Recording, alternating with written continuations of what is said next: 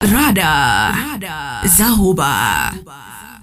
Na muda mwingine pia unaweza ukaona kabisa wewe fit kuwa na mwanamke, wewe ndio unaanza kumuumiza kwa njia tofauti, kwa sababu unaweza kumuumiza kwa kipato, kwa sababu unaweza kushangaa wewe kipato chako ni kidogo. Huyo mwanamke anatakiwa apendeze, afanye nini, lakini unaona kabisa wewe udeserve, inabidi ukatae kumwambia bwana unaweza kumpata mtu mwingine hivyo. Na kuna njia nyingine pia. Ndio. Unaweza kumuona kabisa huyu mtu sina malengo naye kabisa, huyu mtu sina malengo naye kabisa. Okay. Sasa kwa nini nimdanganye huyu mtu? Bora tu nimwambie ukweli. Sasa unakuta mpenzi yote, kwa sababu tunazungumzia mwanamke au mwanaume. Ndio. Unakuta ni kinganganizi. So unamwambia tu bwana. Pambana unaweza kumpata mtu mwingine. Lakini sio wewe. Yeah, so mimi ndakudanganya, mimi ni muongo kwako. Kwa hiyo ni wimbo ama ni live yani ya kwako? Hii ni nyimbo tu. Okay. Wanakuita nani? Mimi naitwa Da Poison. Tumekaa mbali, tuna hofu poison ya sumu. Poison ya sumu. Okay. Sumu ya nini? Yaani Da Poison kwanza yote imetokaje? Da Poison mwanzo nilikuwa naitwa Da Poison kwa sababu nilikuwa nchi Dar es Salaam. Na ile jina pia lilitokea sehemu fulani, ilikuwa kwenye event. Alipanda Virus Mdudu. Okay. Alafu nikaja nikapanda mimi, basi wakaniita Da Poison. Da Poison ndio ikaanza hivyo hivyo. So ilikuwa maana ya da ilikuwa na maanisha da sumu ya Dar es Salaam. Lakini baadaye nikatoa ara nikabaki da, ikawa kama end, kama kiunganishi hivi. Okay. Yeah. Kutisha. Yeah. Kajua kaja nazo hapo. Na mimi nijiite ma poison, makambako hii. Makambako, ma poison. Okay. Sawa, mimi nilikuwa naangalia hapa namna ambavyo umeanza safari yako. Miaka 8 sasa hivi ndugu yangu. Tumefanikiwa wapi na bado unahisi sehemu gani hatujafika? Kwa mimi kama mimi au kisana kijumla? Wewe si ndo miaka 8 sasa hivi naona unafanya kazi ya muziki. Kweli? Mafanikio yapo kwangu mimi kwa sababu ya stage ambayo nilipofika na nilikotoka. Mwenyezi Mungu kanisaidia vitu vingi sana. Cha kwanza kujuana na watu, hicho ndio kikubwa zaidi. Cha pili kumiliki vitu vya thamani kupitia muziki. Okay. Yeah. Na hicho naona Mwenyezi Mungu kanibariki na muziki umenilipa kupitia hivyo vitu. Na unafikiri wapi kuna deni? Yaani ukiangalia unaona hapa bado napadai, sijapata hiki kitu. Vitu vingi kwamba labda niendeshe maisha yangu kiujumla, ni kabisa niendeshe maisha yangu na watoto wangu wasome kupitia muziki. Na familia yangu ile enjoy kupitia muziki, ndicho ninachokidai kwenye muziki kwa sasa. Ila ukiangalia kwa mfano kama vitu kama muziki wenyewe kama studio pia nimiliki mwenyewe pale kwangu nyumbani. Una home studio? Ni studio kabisa ambayo naweza kushare na watu wengine, sio home studio tu. Tunafanya kazi ambayo hata zingoma pia zilitoka, hata ngoma ilitoka hapa, imetoka hapo studio kwangu. Ni vitu ambavyo vinafanyika pale studio kwangu Njombe. Okay. Naishi maisha ya kisanii kwa sababu kupitia muziki, nyumba nzuri. Unaona bwana, nyumba nzuri.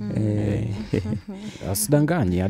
Sidanganye kabisa. Mpa jamani, kwani usiseme mafanikio yake. Kuna namna unashukuru. Nashukuru. Na ulianza ukiwa mdogo kweli. Shida kwa wazazi haikuepo? Hapana. Kwanza muziki shida ilianza kwa yule mtu ambaye nilikuwa naishi naye Dar es Salaam. Mamangu mimi na babangu mimi niliwaambia kabisa mimi napenda kuwa mwanajeshi au mwanamuziki. Ndio. Na nikaenda Dar es Salaam nikafocus na hivyo vitu viwili vyote, lakini mwisho siku ndadondokea kwenye muziki. Ila mtu alionipokea kule ambaye ni ankali wangu ndo tupishana sana kwa sababu nilikuwa nafanya kazi kwenye Shell. So sometimes nilikuwa natoka Shell naondoka naenda studio kwa KGT. Naenda kufanya kazi, so akifika pale sipo Shell anaanza kugombeza. Vipi ilikuwaje? Wewe una focus na hivyo vitu ambavyo vikusaidii. Hebu fanya kazi ambayo inakuingizia hela. Na ni kweli kwa sababu ile ni hela ilikuwa inaingia direct. Lakini mimi nilikuwa nawaza muziki kwa sababu natamani na nilikuwa napenda kufanya hicho kitu. Tangu nilikuwa mtoto mdogo. Nini kwa kinakuvutia sana huko kwenye tasnia ya muziki? Vitu si viko vingi, muziki wapi ambapo ulikuwa unaona na utaka sana? Kiukweli mimi mziki ni upenda kama kupenda kuangalia kitu chochote. Ila mtu alinspire ni Mr. Nice. Fagilia wa yani kipindi kile ndo nimpendea yule kweli akaja Bushoki hivyo. Kwa Mr. Nice ulivutiwa nini? Vile alivyokuwa naimba nini anacheza, so nikamappreciate, nikaamini kwamba hata mimi mwenyewe naweza kufanya. Ni mara chache sana nasikia Mr. Nice amekuwa ni role model kwa watu. Mimi ndo role model wangu Mr. Nice. Ila mtu akuja kunitia hasira kabisa kwamba mimi naweza kaweza, Ndogo Janja. Kwamba naweza, kumbe hata Dogo anaweza kaweza.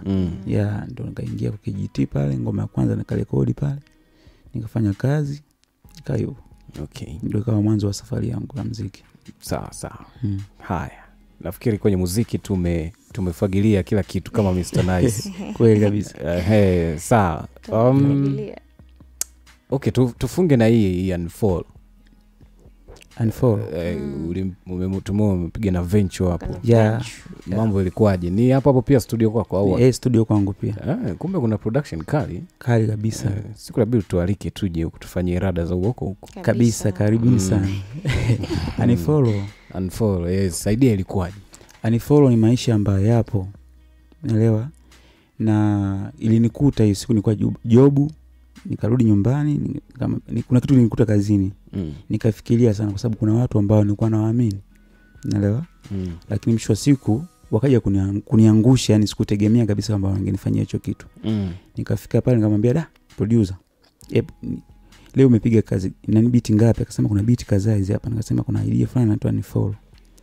Unfollow nini? Nikasema hapa namzungumzia mtu ambaye sio sahihi kwenye maisha ya kila mtu, hata kwangu, kwako, inabidi kuunfollow ili tuendelee na maisha mengine.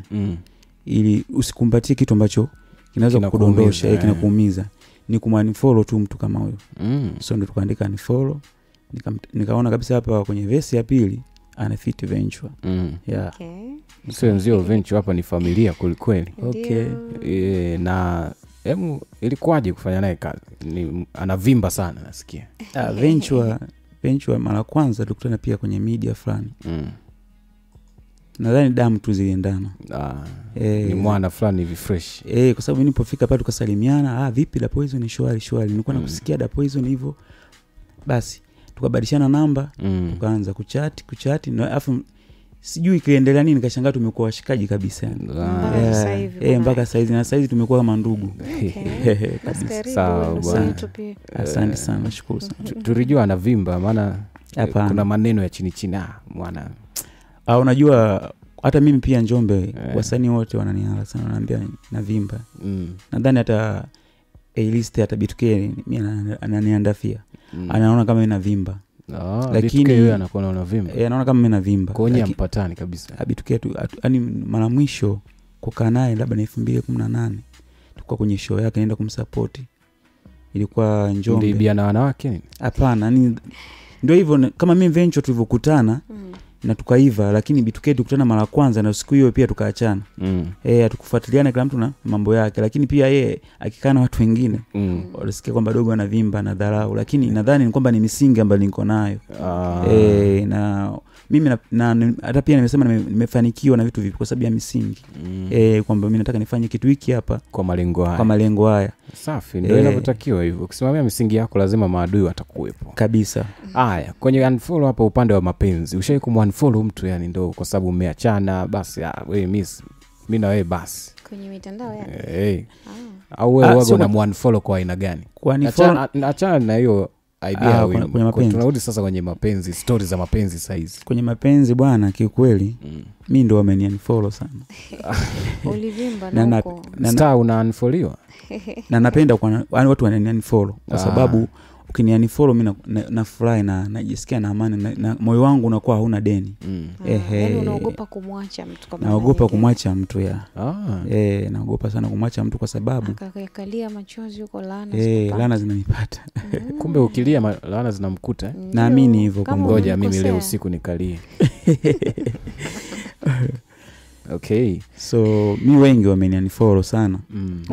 Na moment kama hizo huwa nazifurahia kwa sababu nabaki sina deni na mtu. Sasa una tatizo gani sasa unafikiri? Kwa nini watu wanaondoka? Naamini ni hatua tu ya kufikia sehemu. Ukitaka kufika sehemu lazima kuna njia uzipite, then uziache ufikie barabara kuu. Kwa hawa wapenzi, kwa sababu kama wote wanaondoka manake kuna tatizo ama kuna namna wewe upo ambavyo wote wameshindwa kwenda na wewe. Ni nini shida ipo? Inawezekana mimi ninachoamini, mimi ninavyojua mimi kwa upande wangu, mimi shida yangu naweza kusema labda ni kipato, labda kwamba mimi nipo natafuta maisha kwa sasa. Sifikiri sana kumpa mtu pesa ambayo inazidi kiwango. Unaelewa? Okay. Mimi nikwambia nikupa 10,000 na maana 10,000 ambayo hiyo haiwezi kuniumiza. Siwezi kukupa milioni ambayo itaweza kuniumiza. So basi kama utaona kama huwezi kuishi na mimi kwa sababu sina pesa, basi utaniunfollow. Yeah. Na kitu kingine pia ambacho sipendi mtu muongo. Okay. Nitatengeneza sababu tu lazima kuniunfollow. Yaani wewe ndio utatengeneza sababu. Nitatengeneza sababu ili unifollow. Sasa kwa nini uendi direct? Sipendi kumwambia mtu ndio ni mtu muongo. Na wewe sio mambo yako. Kwa nini umtengenezee sababu? Akumtengenezea sababu kuna njia nyingi. Kumwacha mtu asiumie. Na kumwacha mtu aonekane yeye mshindi. Yeah. Kwa anaondoka anajiona mshindi, kumbe yeye ndio mwenye kosa. Yeye ndio mwenye kosa. Ndio napenda kumwacha mtu hivyo kwamba aonekane yeye mshindi, lakini baadaye mimi nachojua ni nini ambacho nimekifanya. Lengo langu nisimuumize yeye. Okay. Kwa sababu mapenzi ndio mwanzo wa wadui. Ukimwacha mtu yeye ataenda kukuzungumzia vibaya kwa rafiki zake. Lakini akikuacha yeye hawezi kwenda kukuzungumzia vibaya. Lakini mimi pia siwezi kumzungumzia vibaya yeye. Okay. Sawa. Yeah. Umetaja familia hapo. Watoto wangapi? Umeoa au umevuta jiko? Kwa saizi nimefollow, nimeoa kabisa. Umeoa kabisa? Nina mtoto wangu mmoja ambaye kwa kwenye ndoa kwa mke wangu wa saizi. Na mtoto mmoja saizi na miezi 2. Kwa mke wa nyuma? Kwa huyo ambaye alinifollow. Kijana anajisafisha leo huyu. Alinifollow. Ana miaka 7 mtoto wangu. Okay. Mtoto wangu wa kwanza. Huyu sasa ni wa kwanza kabisa. Wa kwanza kabisa. Okay. Maisha yakoje unavyo handle pia mtoto wa nje, mtoto wa ndani, una mke pia na yule anafahamu naye mke, wewe pia ni kijana msanii. Cha kwanza yule mwanamke alivyonifollow akaenda kupata mwanaume. Nikatamka kauli yangu moja kwamba mimi nilikupenda. Naelewa? Na wewe ni mama wa mtoto wangu. Ndio. Kama umempata mwanamume ambaye anakupenda, basi na mimi nitampenda. Kwa sababu sipendi upitie maumivu wakati unalea familia yangu. Na mimi sipendi upitie maumivu kwa sababu tumeachana na mimi. Na sipendi nikuchukie mimi kisa umeniacha. Hapana. So endelea kuishi na maisha yako. Mimi nitamhudumia mwanangu. Okay. Ndio ilivyokuwa hivyo, lakini kuna vitu vingi pia, yani kuna vitu situation nyingi ambazo zinapitia sana kwa mwanamke wangu ambaye nishaza mama watoto mzazi mwenzangu tuseme. Kuna vitu vingi kwa sababu yeye amekuwa na jealous na ana hasira na mimi pia. Hata nikimpigia simu vipi unashangaa anifokea hivyo. Ananitukana. Ameolewa lakini. Ameolewa lakini mimi simpigii kwa sababu ya mapenzi, namuulizia mwanangu vipi anaendeleaje. Huwezi amini mpaka leo tangu nitumiwe picha akiwa na miaka 3. Mpaka leo sijawahi kutumiwa hata picha. Wako wapi bwana? Yuko Dar es Salaam. Alivyoona kwamba anafuatilia sana akamkimbiza mtoto ampeleka kwa kaka yake Tanga. Okay. Unaona. Lakini pia vyote hivyo anafanya, lakini mimi huwa anaambia nitume pesa ya shule, natuma. Kila kitu tunafanya. Na passport kama baba, yani kama baba.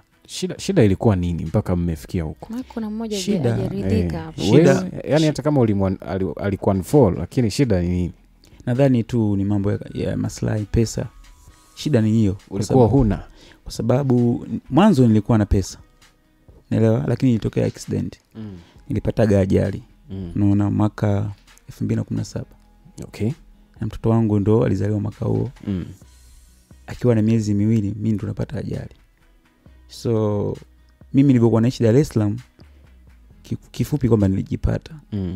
Jina likuwepo pia kimuziki, na pia hata kwenye kazini kwangu liko wanafanya kazi ingizia kipato kingine, hela ilikuwepo. Kwa nilipanga nyumba Dar es Salaam, ukipanga chumba na sebule afu pia kiko fresh, hela ipo, hela ipo uko vizuri. So akawa anaishi pale na akaamini mimi mtoto wa kishua, umeelewa? Okay. Kwa sababu kule pia nilikuwa naishi na mamangu mdogo pia naye amejipata, na shangazi yangu pia naye amejipata. So akawa anaona maisha yale ya shangazi yangu na mamangu mdogo, akawa anaona kwamba ndo maisha yale ambayo hata wazazi wangu huko Njombe wapo yako hivyo. Nikawa namueleza kwamba sisi maisha sio haya maisha mimi napenda kuishi hivi, lakini si ndo maisha yetu. Maisha yetu si ni kulima. Mamangu mwenyewe unashangaa pengine mpaka siku inaisha hajaingiza 5,000, lakini bado akawa amini. Baadaye ndo Mwenyezi Mungu akapanga lake, nikapata ajali, unaelewa? Ikabidi niuguze, akaniuguza. Namshukuru Mwenyezi Mungu aliniuguza kweli. Unaelewa? Akanileta mpaka Ludewa nyumbani. Unaelewa? Kufika nyumbani, kufika maisha nyumbani ndio yale nilikuwa nazungumzia kwamba kweli maisha yetu sio reali unayofikiria. Akasema sawa, lakini babangu na mamangu walijitahidi sana kumfanya kwamba bwana, najua mwanangu mlikuwa naishi huko, mlikuwa naishi maisha sio ya kulima na uwezi kulima, na mwanangu amekupenda, atupendi akuchezee. Sasa inabidi sisi tunamfuga, hebu msubiri mwenzako alikave kwanza, alafu tutauza ng'ombe tukupe mkaanzishe maisha mengine ambayo pengine ni Njombe, kwa sababu mume wako amesema afikiri saizi ana hasira na Dar es Salaam, hawezi kurudi Dar es Salaam, basi mwishi hata Njombe. Akasema baba, nimeelewa. Lakini ndani tukiingia mimi na yeye, story ni zingine kwamba kwanza mimi siwezi kuishi maisha haya, nataka kujitegemea, kufanya kazi huko, hata kiwanda huko akipo cha kufanya kazi, nitafanya kazi gani mimi? Mimi nataka nirudi zangu Dar es Salaam. Akasema sawa, kama nataka kurudi sawa, lakini pia nikawa namwambia mzee, namshirikisha mzee akasema kama nangangania mwache, usije ukaona kama umemteka. Nikamwambia sasa tatizo mwanangu. Baba yangu akaniongea kauli moja, akasema wewe kwani watoto wameisha? Lakini bado nikawa na upendo kwa sababu mtoto wangu wa kwanza. Kuna hiyo love ya mtoto wangu, na pia nilikuwa nampenda pia yule mwanamke wangu pia kwa sababu nilikuwa naishi vizuri, unaona, na ajali mimi sijaomba, na nilikuwa napambana, unaona. So akaondoka, lakini kumbe kuna jamaa nilivyopata ajali ndio akapata chance kwamba bana unaishije na mtu mlemavu, hawezi kupona huyo. Mimi huko na pesa, njoo ishi. Ni kweli aliondoka, akadaika akapata mtoto na yeye mwingine pia. Okay, hujapona, ulikuwa hujapona bado? Nilikuwa nishaanza kupona tayari, niko Njombe, nimeanza maisha yangu kutoka Ludewa nikuja Njombe nikaanza maisha. Lakini yeye nikamwambia urudi, ananidanganya nitakuja. Lakini story, kuna jamaa wangu mmoja ambaye ni kaka yake wa sehemu moja ambaye ametoka sehemu, yakaniambia bwana, dada yangu mbona kaolewa, tolewa na mali kabisa. Kwani wewe ulimwacha? Habari una? Nikamwambia hamna, sijawahi kufanya hicho kitu, kuna nini kusikia hicho kitu. Hapo story ndio imeisha sasa. Kama ameolewa kabisa. Lakini yamemkuta ameachika bwana. Atakwalilia. Na naumia sasa hizi ndio hivyo, anakuwa na hasira na mimi tena pia. Mnawasiliana, lakini hata kama ndio hivyo akutumii picha. Mimi nawasiliana naye kwa sababu ana mtoto wangu. Naamini ipo siku atakuwa mtu mzima na ataamini kwamba mtoto anamhitaji baba yake, na mtoto pia atakuja kumdai baba yake. So naamini kwamba nitengeneze mazingira mazuri ambaye hata kesho mwanangu atakuja. Hata kama mlisha sumu atajua yeye, lakini mimi mtoto huwa anatuma pesa. Rada Zahuba. Tutafute pesa, na sio kisha kutafuta pesa, tufanye uwekezaji. Ukipata pesa, kwa sababu una watu wanatafuta pesa tu na wamiliki wabaki nazo, hawatengenezi miradi ya kuendelea kuingiza pesa. So na washauri mtu yoyote, kwa sababu hii sio kwa vijana, kwa mtu yoyote ambaye anaweza kuwa na familia, tutafute pesa, ndio kitu cha kwanza, alafu tuwekeze.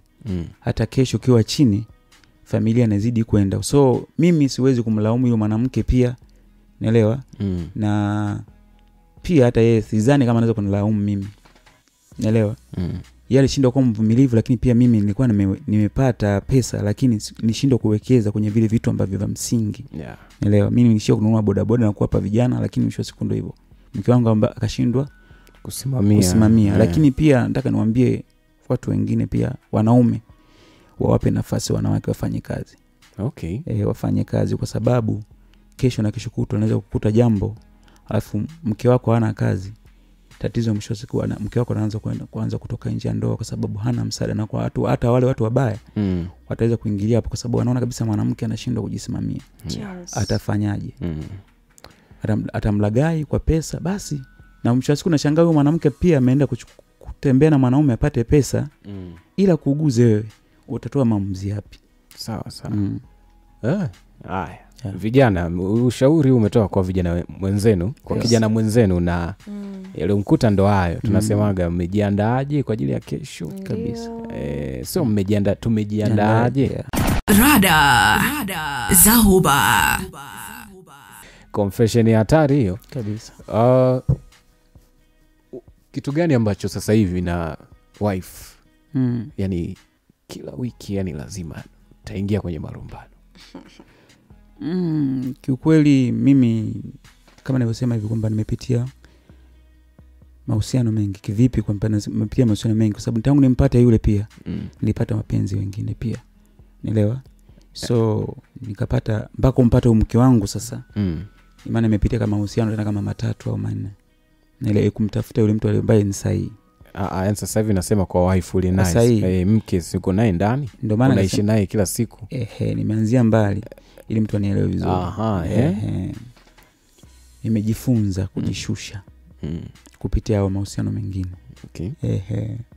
Kwa sababu naamini hakuna mtu ambaye amekamilika. Ukinikwaza na baki kimya. Mimi ni mtu kubaki kimya sana kwa saizi. Na ukiona napiga kelele au nampigia kelele mke wangu wa sasa, kwamba hicho kitu kimeenda kufanya effect kubwa sana labda kwenye maisha, labda kwenye uchumi. Nachokiwaza sana ni uchumi. Nielewa? Ni uchumi ambacho nikiwaza, lakini mke wangu pia nimuelewa kwa sasa. Amenielewa mimi, amenisoma kwamba mume wangu apendi hiki, anapenda kugombana kwetu ni nadra sana. Okay. Yeah. Lakini kuna vile vitu mnakwaruzana.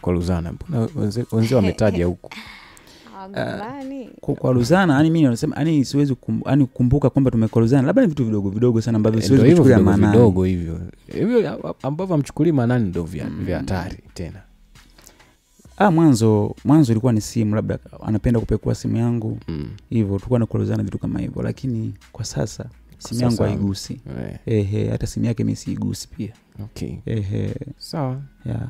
Wao walijua tatizo ni simu na wameamua kila mtu akae na simu yake. Yeah. Amruhusu kabisa. Ndio kabisa. Sawa bwana. Tutu. Da poison huyo bwana. Ana sumu nyingi huyo. Kweli, anazo kweli. Umewahi kumwandikia wimbo gani mpenzi wako katika nyimbo zako?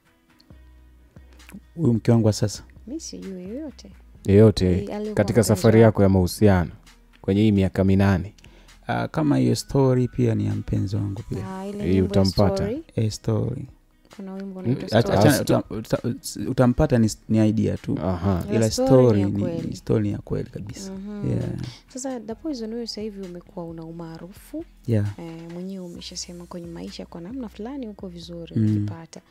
Au kwa mfano, mkeo mna muda gani wa mahusiano na mwanamke wako? Saizi huu ni mwaka wa 3. Mwaka wa 3. Yeah. Kabla ya hapo ulikuwa unapata changamoto gani kuchagua, yani kufahamu kwamba huyu ananifuata kwa sababu nafahamika sana ama kwa sababu nina pesa? Ulikuwa unawezaje kuchakachua hivi vitu kwa pamoja? The Poison ni huyu unayemwona kwenye media. Na The Poison ni yule ambaye yupo kule ni tofauti sana. Na mara nyingi hata nikutana na mwanamke au mpenzi ambaye namapproach huwa tambui kama mimi ni msanii. Okay. Huwa najitengeneza tofauti na sijawahi kujitambulisha kwa mwanamke ambaye anamtongoza kwamba mimi ni msanii. Kwa anakuja kujua ndani au baadaye sana. Kwa sababu mimi sina umaarufu ule. Na pia ninapojitengeneza nikiwa kwenye social media na nikiwa kawaida kwenye maisha yangu ya kawaida ni tofauti. So kunijua mimi ni ngumu sana. So huwa namtongoza mtu au muda mwingine pia huwa namchunguza mtu kwanza. Alafu zeni ndo namtongoza kwamba huyu mtu ana hivi na hivi na hivi na hivi, naanzanisha mahusiano kama rafiki. Okay. Anakuwa rafiki yangu, baadaye nakuja kujua, unamjua mtu kwa story zake, kwa kumjaji kwenye story au maisha yake, mfumo jinsi wa maisha yake ukoje. Okay. Lakini mke wangu pia huwezi amini, siku ndio date naye, siku ya kwanza niseme siku ya kwanza nilivyo sex naye, siku hiyo nimemapproach akaja ghetto nika 69 ndio siku hiyo nimuoa, sijawahi kumwacha. niliona kabisa amekidhi vile vigezo ambavyo ninavyotaka mimi. Kwa hiyo ulikuwa unataka mpaka uangalie nani?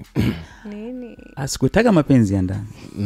Achana pia ndio hicho mapenzi ya ndani nenda kuconfirm kwa kweli yaliyomo yamo. Lakini tabia pia niliziona misingi. Kwa usingekuta. Kwa mfano kitu gani usingekuta usingeenda naye?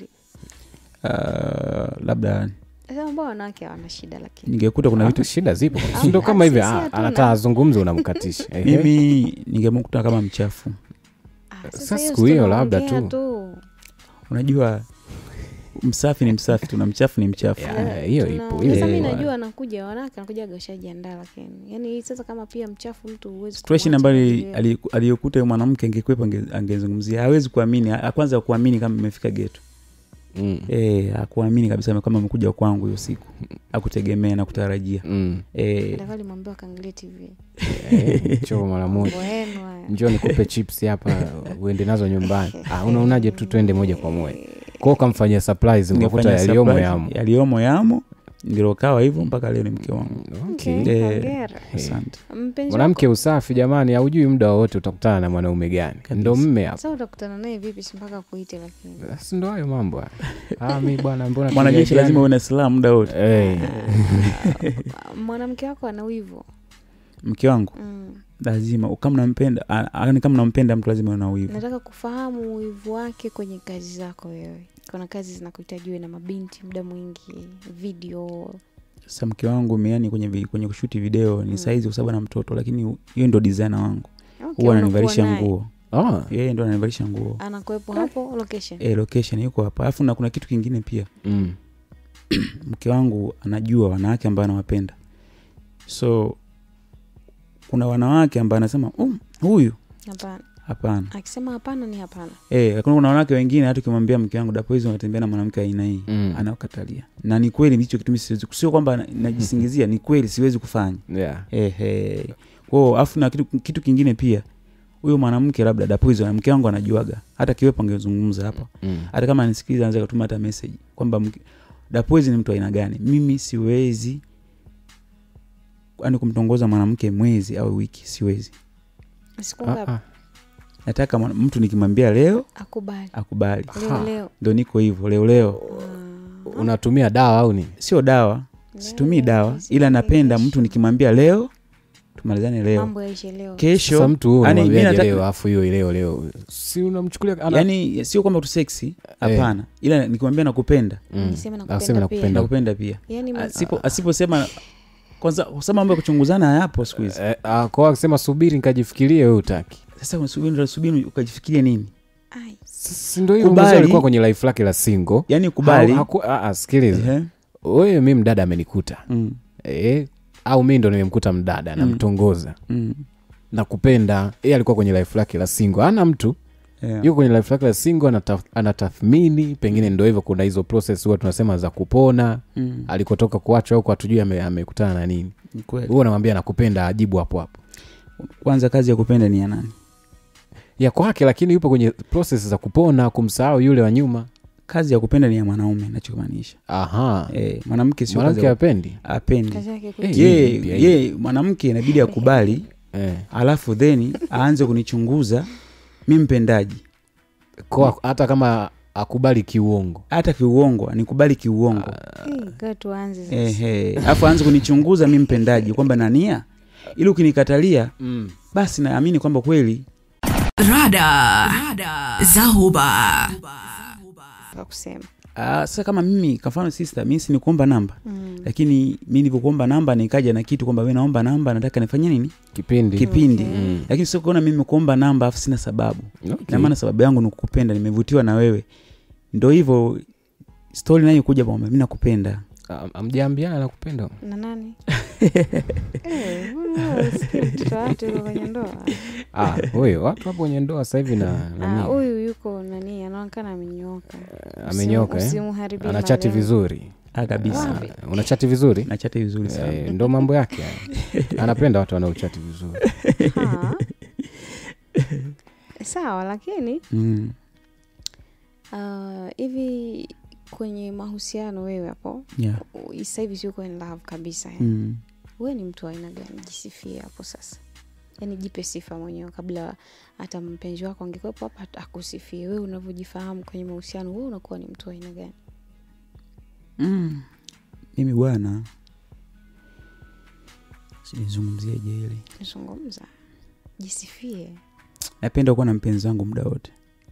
Okay. Napenda kuwa na mpenzi wangu muda wote. Mpenzi wangu akitoka huwa najikuta na hasira sana. Kwa sababu napenda kuwa na sababu inanifanya nipende kuwa na mpenzi wangu. Mimi ni mpambanaji sana. Na kutana na mitikasi mingi sana. So nikirudi nyumbani natamani mwanamke aniliwaze, anibembeleze. Hivyo. So mwanamke akiwa hayupo huwa nakuwa rolling sana. Nakuwa na hasira nyingi sana. Mimi ni mtu ambaye mwenye hasira. Na zaidi ya mwanamke kwangu mimi, kwa sababu situmii pombe, sifanye nini, na pia mwanamke kwangu ni kama starehe. Okay. Ni hivyo. Sawa. Kwa yeye kilevi chake ni mwanamke wake. Kama mimi tu. Sawa, njoo naye. Na enjoy. Unajiachia. So kama kipenzi chako ni mwanamke wako, siku zile za weekend huwa mnafanya nini? Mkiwa wenyewe sasa. Hizo time unazoenjoy kwa naye. Pengine kazi yako pengine haina weekend. Au wewe ile free time kwamba leo I'm home baby. Kipaumbele kwangu mimi kutoka kuvaa ni kula. Mnapenda kula? Tupende tule. Na wewe unapika? Kupika mimi niseme ukweli bwana. Sijui chochote kabisa. Kutokana mimi mtoto wa kwanza. Kwa bibi yangu ni mjukuu wa kwanza. Kwa mama yangu ni mtoto wa kwanza, na sisi kuna miiko kwetu. Huwezi kupika mama yako mdogo yuko hapo. Na huwezi kupika dada yako kakua. Haiwezekani. Kuje ukaa peke yako? Kukaa peke yangu nimekaa, lakini nimeishi miaka kama 8 nikiwa kwa mama ntilie. Niko Dar es Salaam. Gani kwa hujui kupika chochote? Kupika naweza kupika na chakula kizuri na kijua, lakini siwezi nikampikia mtu. Yaani unaweza ukapika chakula mwenyewe? Chakula mimi mwenyewe. Okay, na pia naweza nikala nisilizike mwenyewe kama nimekula chakula. Na chakula cha kujaza tumbo. Hiyo desturi sijui mila wewe unaichukuliaje sasa? Inakuwa inakupa huo sijui faida au hasara? Mimi kwangu ni faida, kwa sababu kwangu mimi inanipa faida. Kivipi nazungumzia inanipa faida? Kwa sababu inanifanya niwe busy kutafuta pesa. Kwa mtu akipika atafuti kama unafanya sengine atafuti. Muda wa kupika ndapata saa ngapi? Kwani bana wewe bwana. Kwani unakula saa ngapi? Wewe unakula saa ngapi? Mimi naamka asubuhi saa ngapi unajua? Saa 12 naelekea kazini. Narudi saa 3.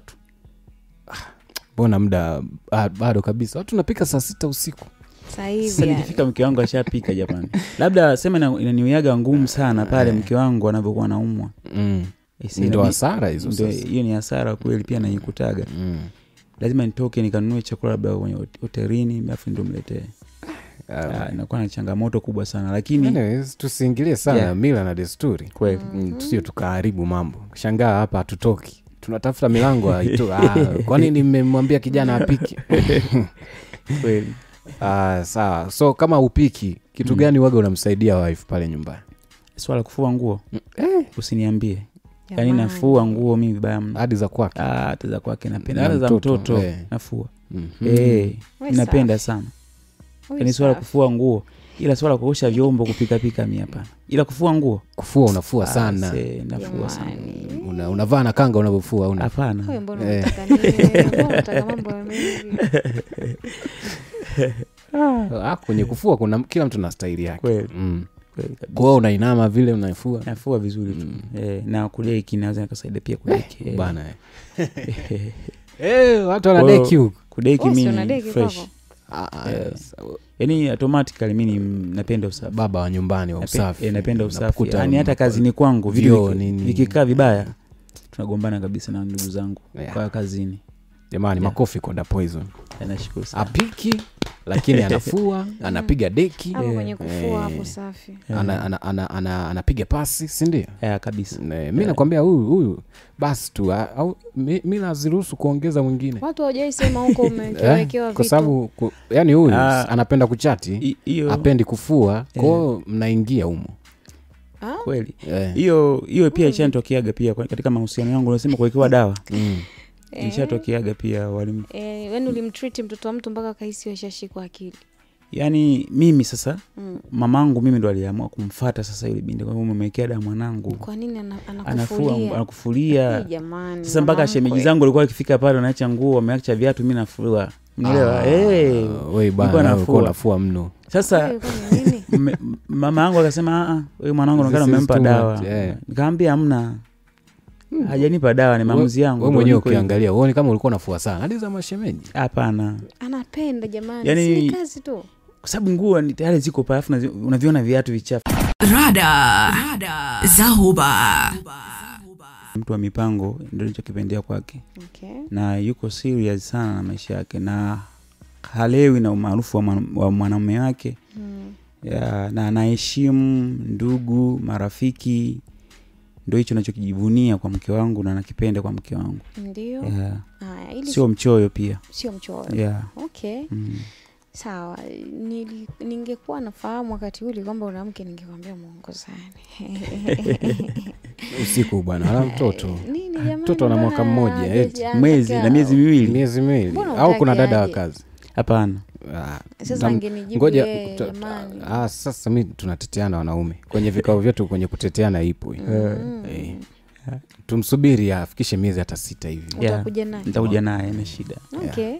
Kwenye hili kundi naona watu wote maarufu wanaingia kundi la kwamba watu maarufu, sio wasanii, waigizaji na watu wengine wote maarufu. Hakuna uaminifu kwenye masuala ya mahusiano ya kimapenzi. Wewe unajitoaje hapo? Jitetee mwenyewe. Mimi nataka niambie tu kwamba wanaume wote wengi waseme wasanii tu.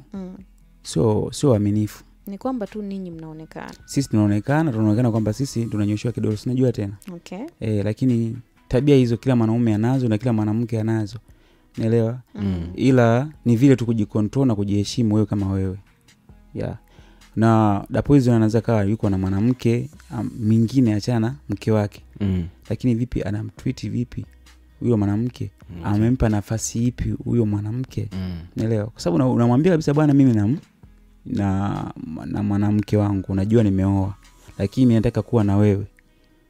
Atakuuliza kwa sababu gani unataka uwe na mimi na una mkeo? Utampa sababu zako na utampa misingi kwamba bwana mimi sitaki hiki na hiki na hiki na hiki. Mtaishi vizuri.